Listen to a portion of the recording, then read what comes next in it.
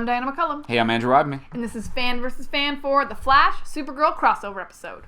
Musical! Alright, so on tonight's episode of The Flash, we see Music Meister coming over to Earth 1, bringing along with him a now whammied Supergirl, whammying up The Flash, sending them into a musical dream, getting captured, reuniting love, the engagement is back on. That's the whole deal. That's what's going on tonight's episode of The Flash. Let's get into it. Let's talk about pros. Alright, so pros of tonight's episode. Diana, what did you like? I'm going to guess all of it by that face. Most of it. Okay. I loved all the music, and I loved the humor. Oh, they had some great humor beats in this. Okay. Yeah, I liked all the songs. Real fun, real amazing singers on these shows. Very talented I think singers. 4 of them are from Broadway, and 3 of them are from Glee. Yeah. So that's crazy. Yeah.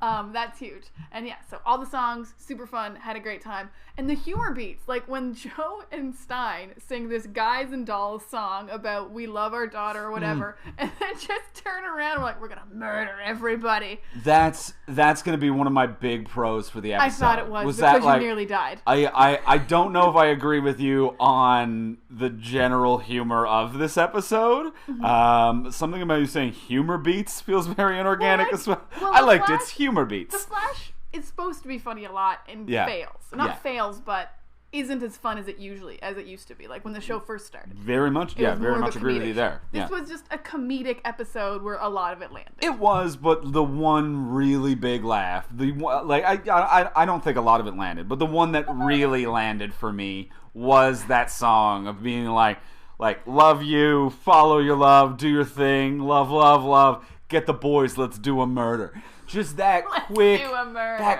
turn. That quick turn was so good and just so fun. I don't even actually know if that was an intentionally comedic bit. Or if you just loved it. Or if that was just okay, the song is over. Where are we going to go next with this dream story? I don't know. Let's do a murder. I think it was intentional. It was too contrasted to not be. But the other beats work too. Like Barry with the knife. He's like, you have a knife. That was all right. And there's a couple of good jokes in the Super Friends song. Super Friends song was going to be my other big pro for this episode. I would say that was the song that I cared about and enjoyed during this episode. That was the one where I'm like, well, this is having fun with the format. It's my least favorite song. Really? Uh-huh. Okay. It wasn't very fun. Like, it was more of they mostly talked. I thought it was the only fun song. This is because you don't like musicals. That might be a big part of it. I liked that they talked through most of this song. No, I think it was just the rhythm. It was the jokiness of it all. Whereas the first 2 songs of the episode were just kind of bland. Like it was singing and it was they sung well. But it just didn't do anything for me. No, I disagree, because the last song is supposed to be the show-stopping number. Like, huge dance numbers and things going on. And that was what the first song about love was. Let a little love in your heart. Right. So a little love in your heart had more energy and more pizzazz. And the last song is supposed to be the bigger song. Well, that wasn't even the last song, though. The last song was him re-proposing. If your last song's like a romantic song, that's fine. Okay. But the Super Friends song was like the ultimate one in the musical scenario. And I see what you're saying, but there was only 5 songs in here, though. It's not like they had I know, it wasn't but a lot. Your first one shouldn't be better than your last one. It's how musicals work. Okay, sure. I mean, when it's a full production, yes. But I'm saying when you're playing with the format and you have a magical whammy coming at you, have fun with the format. Like, you don't need to do a traditional musical and you can just have fun musical beats when you're having a Supergirl, Flash, dream sequence, magical ghost from another dimension whammy episode. I'm saying that you can play with structure and have a little more fun with it. And the Super Friends song was the one that I found fun. I'm saying it can be fun and that's fine, but you don't get the emotional through line if the biggest song isn't if the last song isn't the biggest. Fair enough. And that's what I'm looking for. Fair enough. But what was your pro though? My pro was the songs and the comedy. We already did my pro. I'm sorry. Okay, so your pro was the songs. Your pros were the songs and the comedy. I really loved the first song, actually. The one that you liked the least, actually. Okay. Put a Little Love in Your Heart. Oh, okay, that was the second song.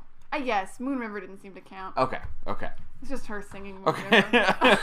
River. So Moon River didn't count, and then the first one, the second first one, was the one that you liked very much. Okay. Mm-hmm. I feel like we got something going on in the chat. What do we got going on? A couple of quick pros from Fonzie. Yeah. He was surprised, Hey, Fonzie. just pleasantly surprised by how good everyone was. Like, he didn't expect that. Everyone very talented. Performances, or like musical performances. Everyone's a very talented singer. I was not surprised because I read who they were letting sing, and I'm like, yeah, these people all have recording deals. Actually, they even had to leave some people out who can sing.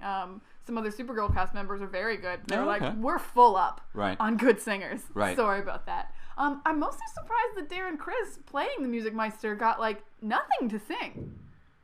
Yeah, did he even sing? He had like 4 lines in the song I liked.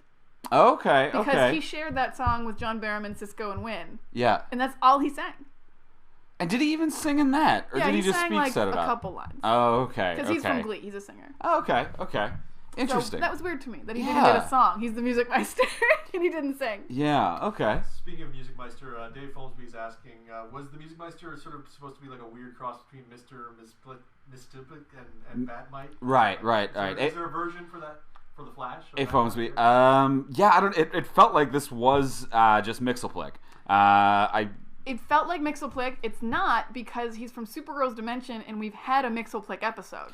Yeah. So unless this was Mixelplick with a new face, then it feel wasn't Mixelplick. Yeah, it really just felt like they recast Mixelplick. Yeah, they were like, this is Mixelplick, and he likes music now, except he doesn't.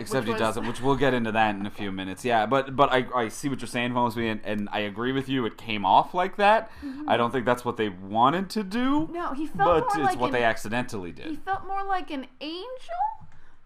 He Yeah. kind of just disappeared. He was like, "My work here is done. I've made love happen." Yeah, he straight up ghosted them. That is for sure. Mm-hmm. Yeah. What else we got going on? Everyone in the chat is just loving that Super Friends song at the end. So.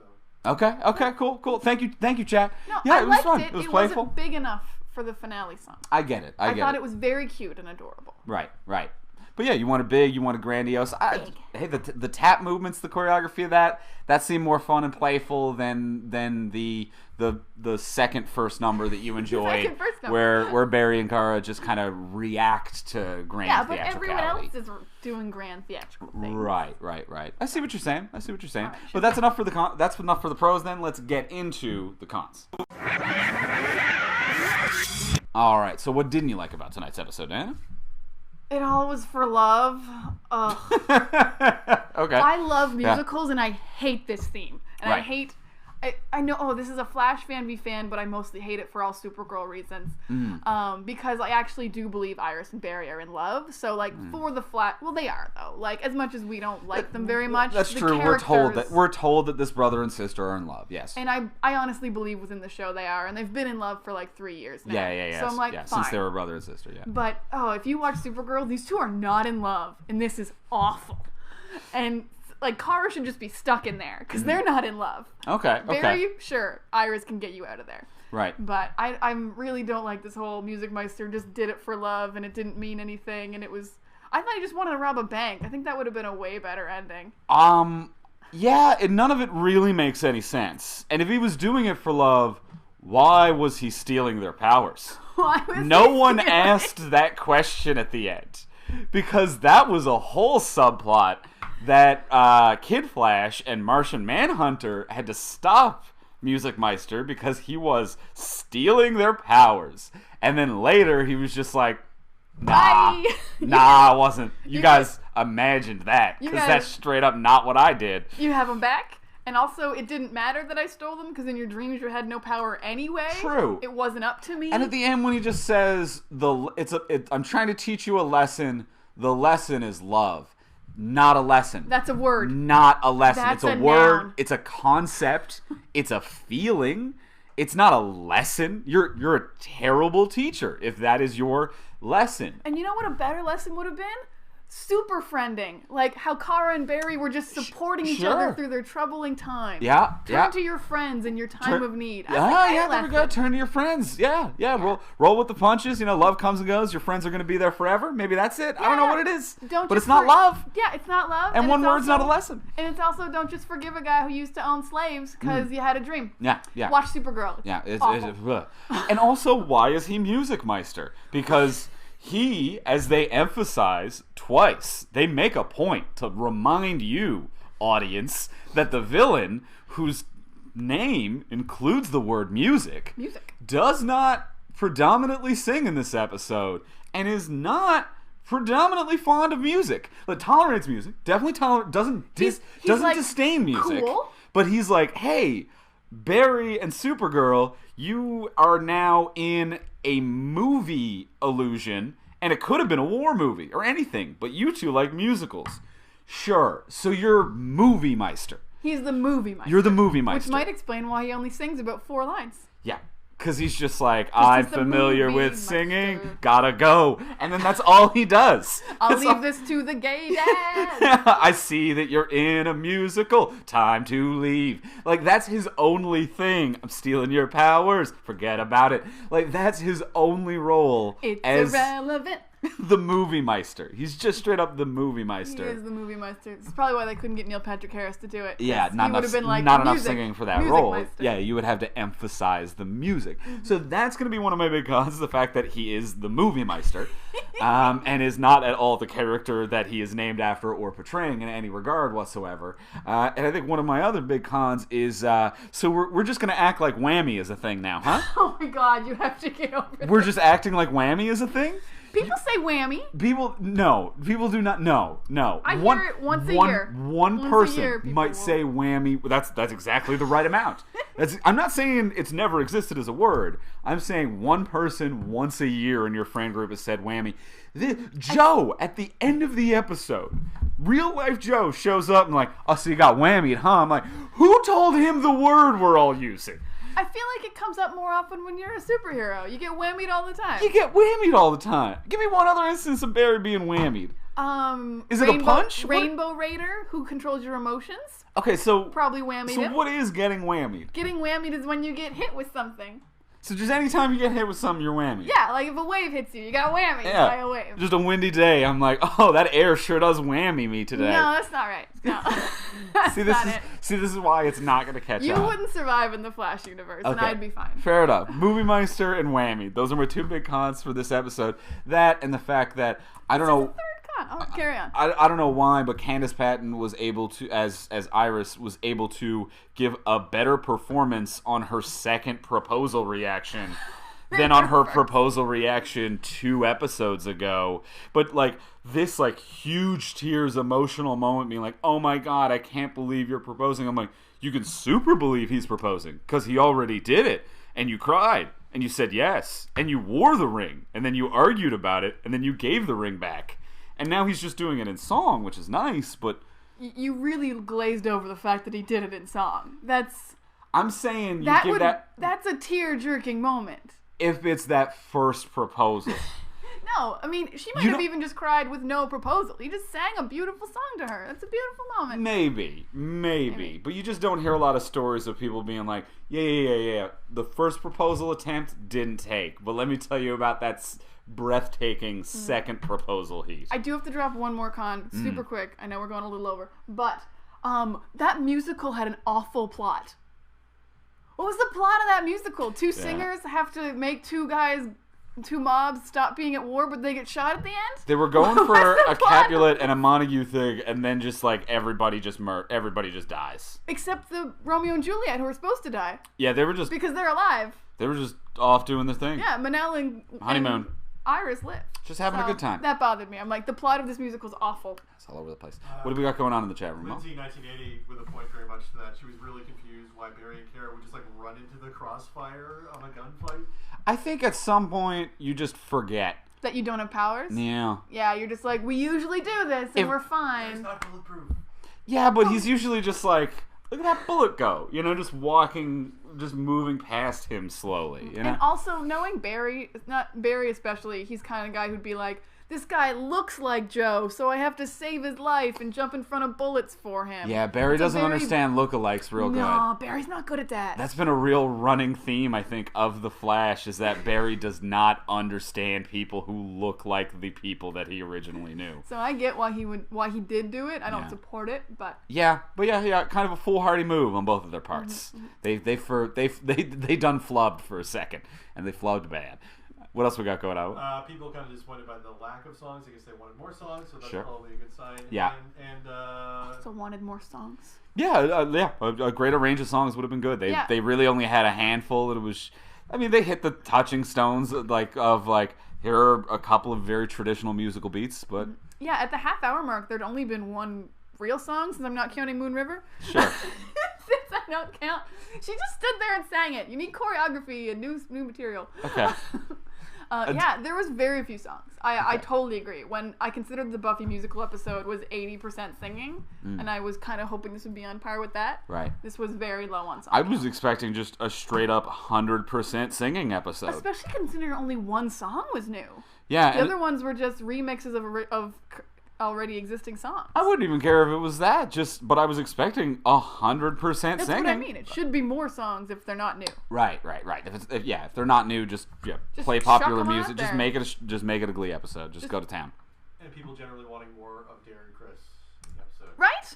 I mean, I wasn't even Who's Darren Criss? He played Music Meister. Oh, yes. I wasn't even a Glee head, but I'm like, you're getting this guy in to play Music Meister, and you didn't write him a song. I'm not a Glee head. I'm obviously, as you can see by the fact that I had to ask who that was, not a huge fan, but I'm also not a huge hater of this human being. But I also barely know who he is because he was barely in this episode. And he was the Movie Meister anyway. And he was the Movie Meister. New character. Yeah. New character.